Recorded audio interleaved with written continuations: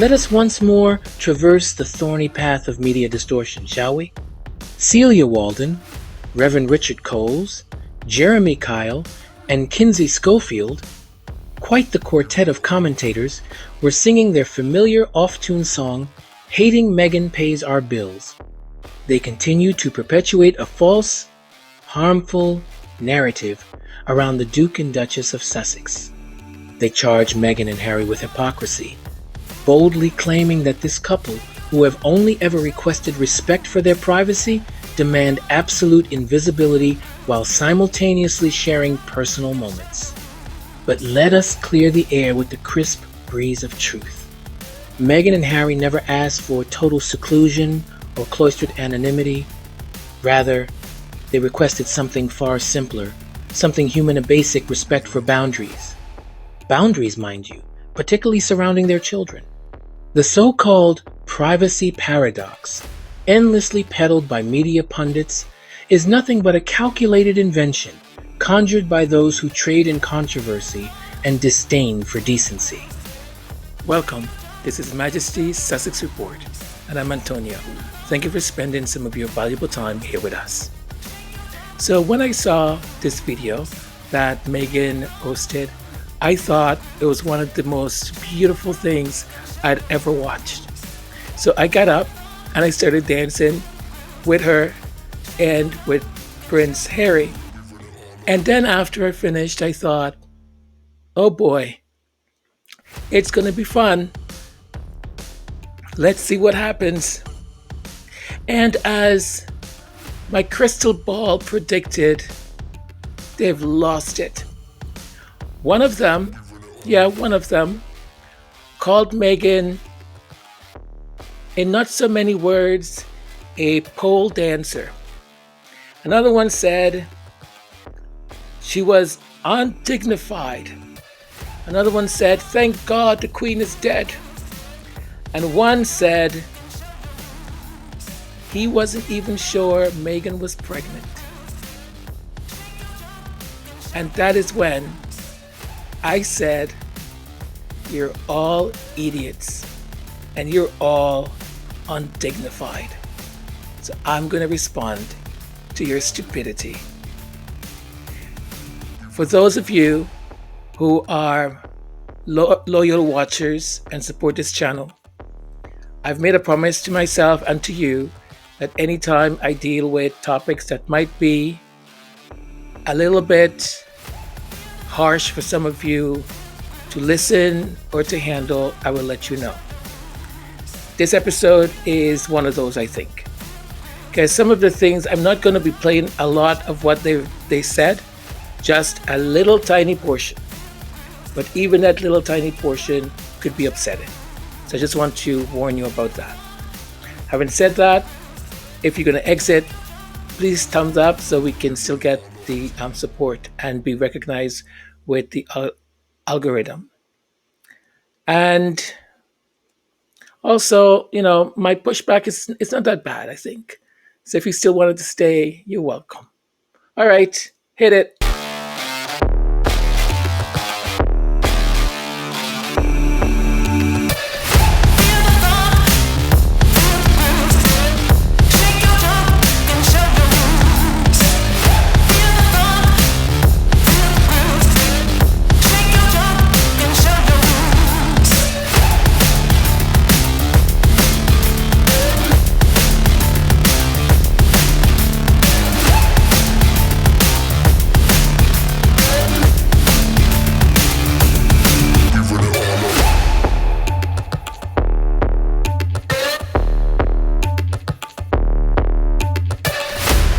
Now, consider the latest point of manufactured outrage.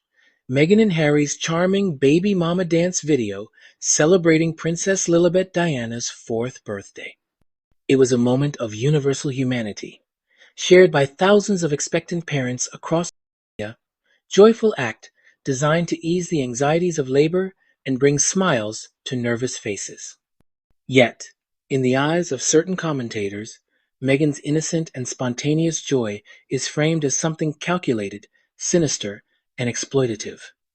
One wonders why this same scrutiny does not befall countless others who share their own versions of this delightful dance online. Ah, but there's the rub. Meghan alone faces accusations of ulterior motives. Her every smile dissected for hidden agendas, every laugh questioned, her motherhood subjected to constant suspicion. This constant insinuation that Meghan exploits her children for public a grotesque twisting of reality. In truth, the Sussexes have meticulously protected their children's identities, never clearly revealing their faces to the public gaze. This careful guarding of their little ones speaks volumes about their genuine priorities cynically ignored by those determined to paint Meghan in shades of villainy.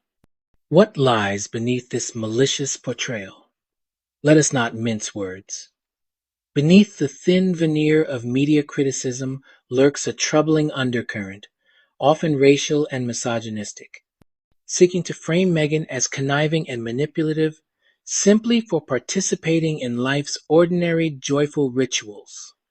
This double standard is glaring. Other royals or celebrities' parental sharings are greeted warmly, their humanity praised, yet Meghan's similar moments are met with relentless hostility. And I will say nothing about the videos Catherine shares to show how loving her marriage is, her love for nature, and I believe she is cancer-free, not sure.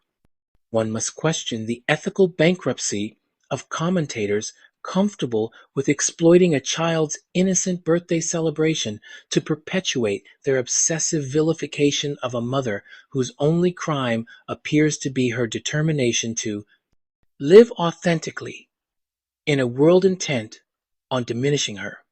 The human cost of this persistent harassment cannot be understated. These relentless distortions chip away at human dignity, weaponizing the simplest acts of familial affection against Meghan and Harry. It takes a toll. This deliberate cruelty cloaked as critique, exacting emotional harm that no one should bear. To Celia Walden, Reverend Coles, Jeremy Kyle, Kinsey Schofield, and their ilk, perhaps it's time to step away from sensationalist distortions and rediscover a basic, humane, principled empathy. After all, wouldn't fairness, kindness, and respect for human dignity serve us all better than cynical contempt masquerading as commentary? It surely would. But my stupidity radar is off today, and I know better. You hate her for any reason you could grab out of your behind. But most importantly, you depend on her for your own living. It's only because of Meghan Sussex that you have a job and your bills are getting paid. Talk about biting the hands that feeds you.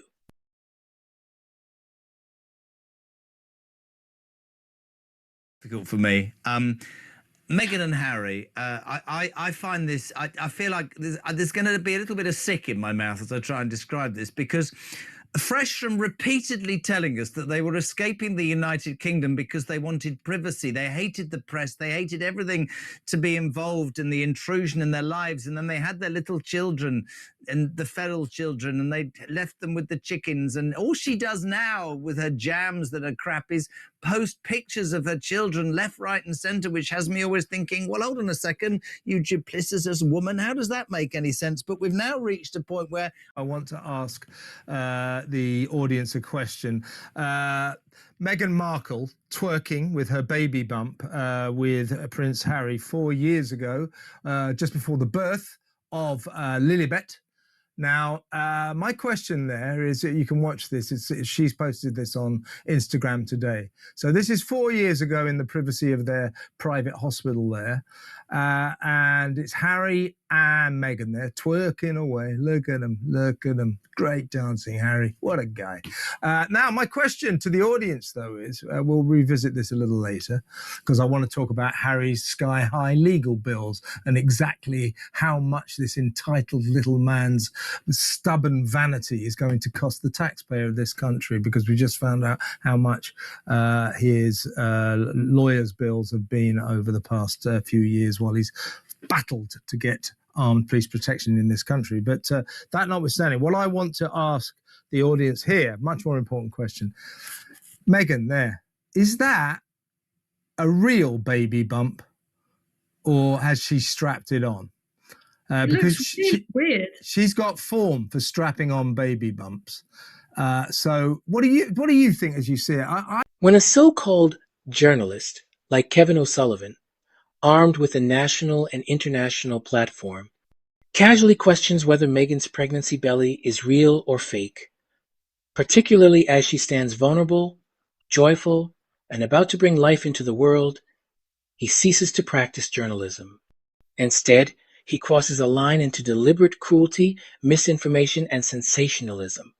Men like KevinOSullivan thrive on gleefully targeting women, demonizing difference, and manufacturing outrage, but give them a fraction, a quarter, of the hate they dish out daily, and they crumble like dry leaves in a storm. Piers Morgan couldn't even take 5 minutes of gentle pushback before storming off set, yet spent years vomiting venom toward Meghan with impunity. These are not men, they are cowards with microphones, bullies with fragile egos, addicted to the sound of their own cruelty. And they are dangerous. They use their platform to radicalize and activate those that are fragile mentally. And that is where the danger comes. As Prince Harry said, it takes only one person and one attempt. What a sad, nasty, rotten person that is still reliving his best years as a bully. Once again, thank you for being here. Every time you watch, comment, or share, it means more than you know. I pour my heart into this work because I believe in it. And clearly, if you're here, something brought you too, and it's not my pretty face. If you haven't subscribed yet, this is your moment. Click that button. It's free, and it makes a real difference. And hit the notification bell so you will be one of the first people to be notified when something new and meaningful goes up. If you feel moved by what we're building, consider going a step further. There's a Buy Me a Coffee link and a membership option if you'd like to help us keep this going strong.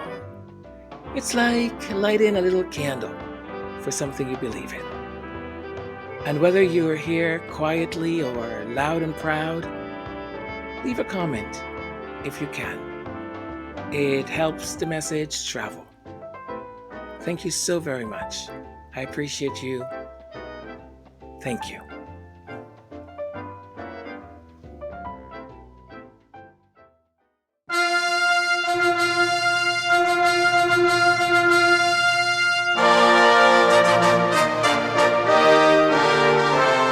The Royal Court of Majesty Sussex is pleased to recognise the following benefactors. Alice Langdon. Thank you.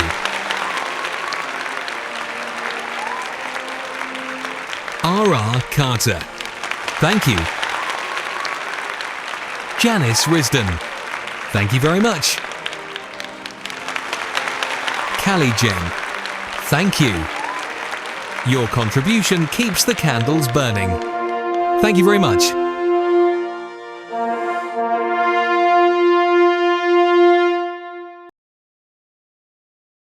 The recent remarks from KevinOSullivan, Jeremy Kyle, Celia Walden, and Reverend Richard Coles highlight a troubling symptom of deeper societal decay in Britain, where cruelty, misogyny, and outright moral bankruptcy have become disturbingly acceptable.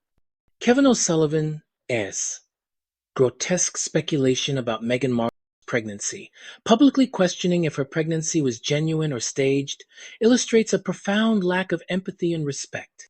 His reckless insinuation, "Is that a real baby bump or has she strapped it on?"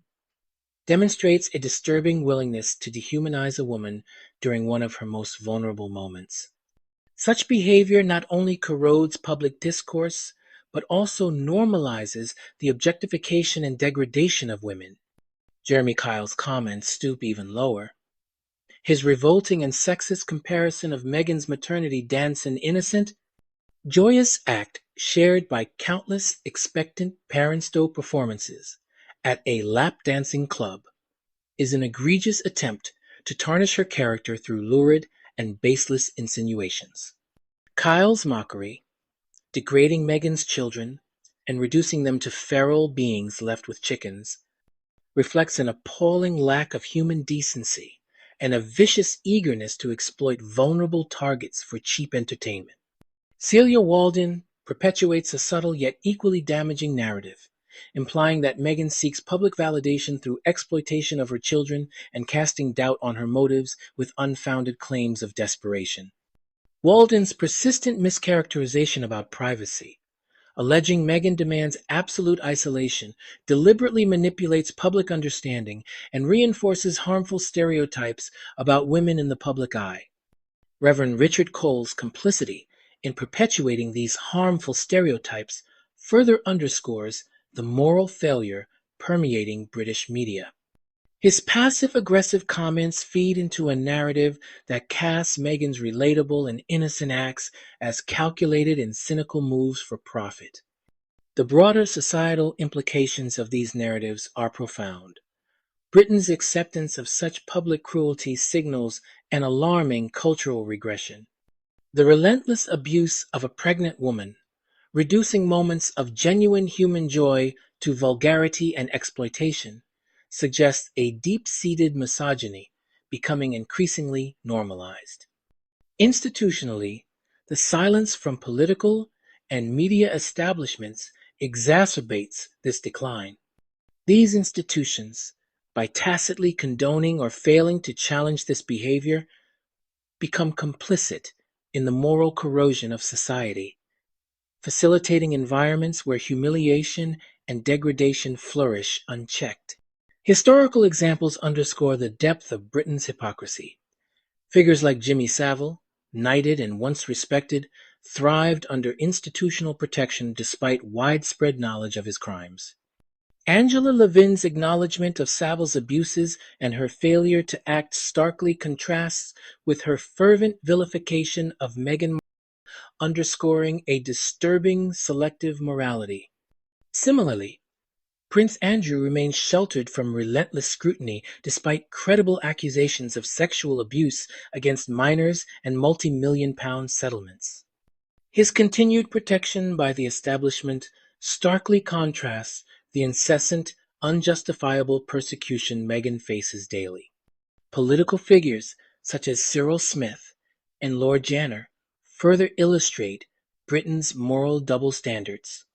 Despite credible allegations of horrific abuses, these men retained their dignified public personas and avoided accountability, further eroding public trust and moral integrity.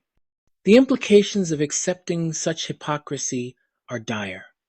Britain risks eroding not only its moral compass, but also the very fabric of trust, empathy, and justice essential to a healthy society. This unchecked cruelty and moral indifference poison the national discourse, diminish societal cohesion, and threaten to transform mediocrity and cruelty into acceptable norms. It is crucial, therefore, to confront this moral crisis head-on. Britain must urgently reclaim decency, empathy, and genuine dignity, rejecting cruelty, disguised as commentary and insisting on accountability for all, regardless of status or privilege. Only then can Britain hope to restore integrity to its public discourse and rebuild a society worthy of genuine respect. Camera, label, and delivery. This is just disgusting. Some things are better.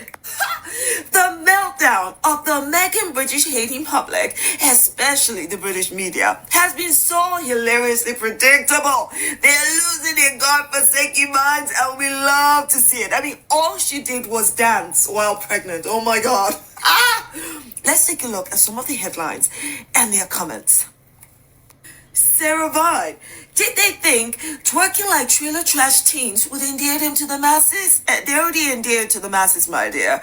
Those who don't like them, I hate them, nobody wants to be endeared to them. And can I just say, it takes a trailer trash to know what a trailer trash is, and I think you appear to be the only trailer trash here.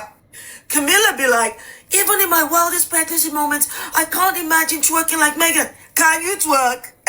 Can you move your body to the rhythm? Look, it takes a certain kind of je ne sais quoi to be able to move and to be able to dance. And quite frankly, this statement here, like many mothers, what are you talking about? Many mothers do everything they can possibly do, like I did, to get the baby out after 40 weeks.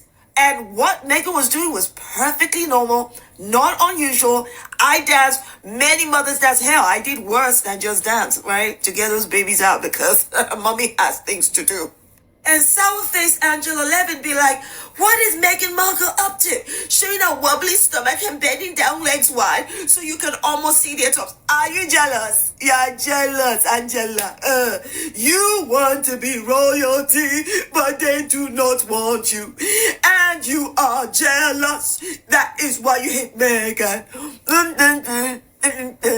Ooh, the sexual tension is hot in Piers Morgan. He'd be like, we're about 2 months away from the sex date.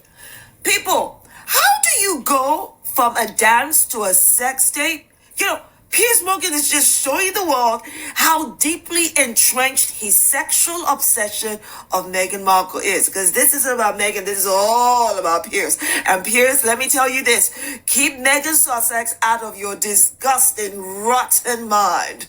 I need you to read this. Get the vomit back. Meghan Markle just posted herself hiking a dress and twerking her butt to the camera in labor and delivery. This is just disgusting. Some things are better kept private. The response to this, chef's kiss. Check this out. So this lady on the left is clearly Royal News Network, and she's a Princess Catherine fan. This response to her trashing Meghan, ooh, so satisfying. Read it.